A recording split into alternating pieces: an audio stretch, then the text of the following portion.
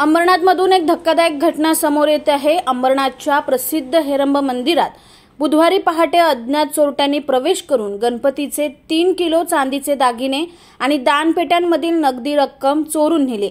अंबरनाथच्या खेर सेक्शनमधील हेरंब मंदिरात बुधवारी पहाटे अज्ञात चोरट्यांनी प्रवेश करून मंदिरातील मूल्यवान वस्तू चोरून नेल्या। चोरट्यांनी मंदिराच्या मुख्य प्रवेशद्वाराचे कुलूप तोडून आत प्रवेश केलाय।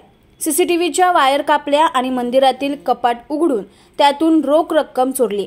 तसेच मंदिरात उपलब्ध असलेल्या साधनांचा वापर करून त्यांनी 4 दानपेट्या फोडल्या आणि गाभाऱ्यातील लॉकरमधून गणपतीचे 3 किलो चांदीचे दागिने चोरून नेले। हे चोरटे मंदिरात शिरताना सीसीटीव्ही कॅमेऱ्यात कैद झाले। हेरंब सेवा समितीचे अध्यक्ष अभय सोमन यांनी पोलिसांना सर्वतोपरी सहकार्य करून चोरट्यांना शोधून काढण्याची मागणी केली।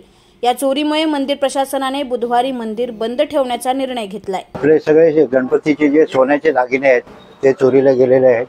आमच्या ज्या दानपेटी आहेत त्या सगळ्या तोडून त्यातली कॅश पण चोरीला गेलेली आहे आणि मुख्य म्हणजे आमचा कॉम्प्युटर गेलेला आहे, डेस्कटॉप आणि त्याचा मॉनिटर किंवा आमच्या सीसीटीव्हीचा मॉनिटर पण चोरून नेलेला आहे। अशी आणि छोट्या मोठ्या काही वस्तू आहेत त्या पण चोरीला गेलेल्या आहेत। तुमचं जे मेन गेट आहे ते तोडलेलं आहे, लॉक त्याचं तोडून आतमध्ये प्रवेश करून त्यांनी सगळ्या पेट्यांची जी लॉक आहेत ती तोडलेली आहेत।